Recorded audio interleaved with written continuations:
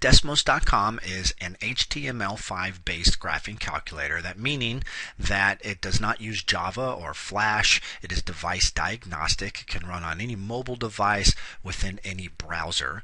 They also have, if I scroll down on their homepage, apps for either type of device, again, free. They have basic 4-function and scientific calculators where students could use these to do any type of arithmetic operations. And they have a graphing calculator, which is really what the buzz of Desmos is all about. Now, on a particular device, if I have a mobile device, I can click the keyboard and type in equations using this keyboard. So I could type y equals x squared minus 3, let's say. Or if I'm on a keyboard, obviously like a laptop, I can just type on my keyboard whatever my equation is that I'm wanting to graph.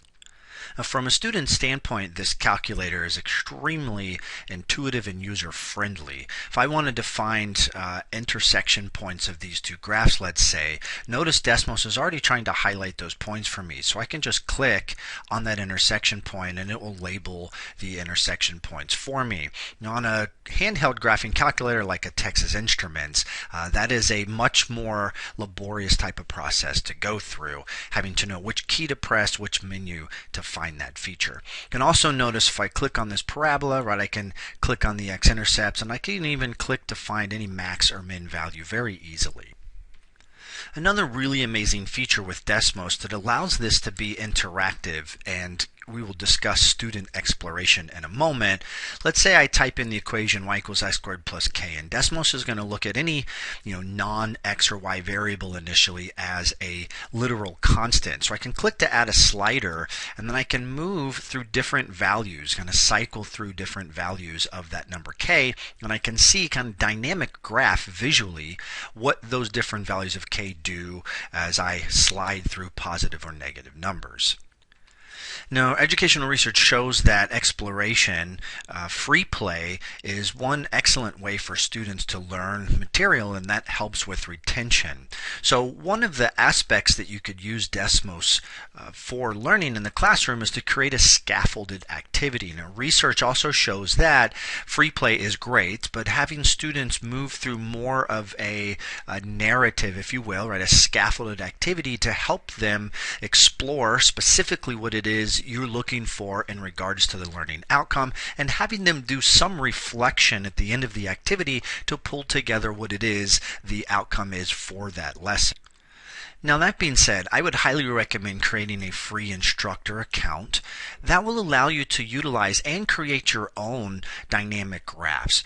So I have a whole bunch that I've saved here and created on my own. And notice within this graphing situation, I have prompts, again, sort of a scaffolded activity for students to utilize here. Now, there's a general equation that's given. Students can slide through the values of k and see dynamically that these are vertical shifts on the graph, can slide through values of h as h becomes positive or negative, see that these are horizontal translations on the graph. Now, in a scaffolded activity, you could have the students change this function to whatever you would want it to be to explore that those relationships still hold no matter what the function is. Now, you can create your own graphs and save them. You can also start with a graph that's already provided and open that graph and alter it and make it your own and save it to be able to use with an exploratory activity in your classroom. This makes learning for students interactive, very dynamic, and can take difficult concepts in an algebra or calculus or trigonometry course and allow the visualization to bring those concepts to life.